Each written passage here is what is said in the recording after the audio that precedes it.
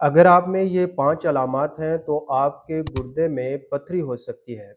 अक्सर लोग इन अलामात को नज़रअंदाज कर देते हैं और बाद में उनके गुर्दे में कोई भी बड़ा मसला बन सकता है।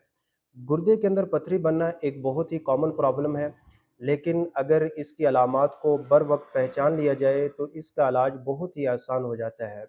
नंबर 5 अलामत बहुत ही अहम है, इसे आप बिल्कुल भी मिस न करें। अक्सर लोग इस अलामत को नज़रअंदाज कर देते हैं और इस अलामत को गुर्दे की पथरी से मुतल्लिक नहीं समझते और बाद में उनके गुर्दे के अंदर जो है वो पथरी बनती रहती है। नंबर 1 अलामत कमर में और पहलू में शदीद दर्द होना। अगर आपके कमर में अक्सर दर्द रहता है और ये दर्द आगे की तरफ चल के मसाने की तरफ आता है, तो ये दर्द आपके गुर्दे के अंदर पथरी की एक बहुत बड़ी अलामत हो सकता है। नंबर 2 अलामत पेशाब के अंदर जलन होना या पेशाब में दर्द होना।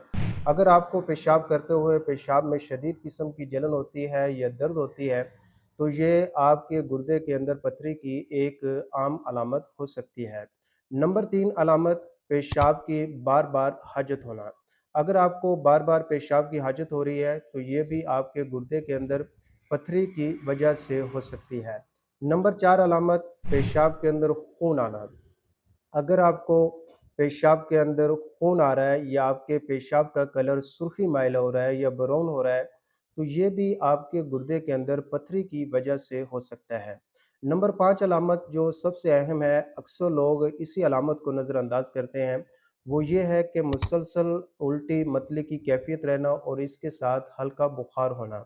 अगर आपको अक्सर औकात उल्टी मतली की कैफियत रहती है और इसके साथ हल्का बुखार रहता है और इसके साथ अक्सर औक़ात जो है आपको पेशाब की भी अलामात आती हैं, तो ये आपके गुर्दे के अंदर पथरी की वजह से हो सकती है। इस अलामत को आप कभी भी नज़रअंदाज ना करें। अगर आप में अक्सर औक़ात ये मसला होता है, तो आप फ़िलफ़ौर जो है अपने गुर्दों का जो है अल्ट्रासाउंड करवाएँ। इन अलामात में से आप कौन-सी अलामत जो है वो महसूस करते हैं, मुझे आप कमेंट सेक्शन में बताइए।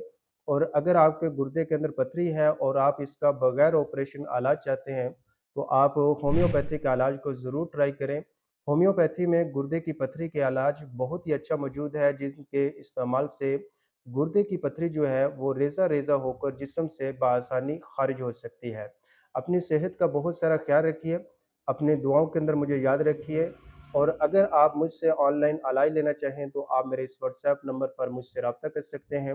Homeopath doctor Mohammad Siddique.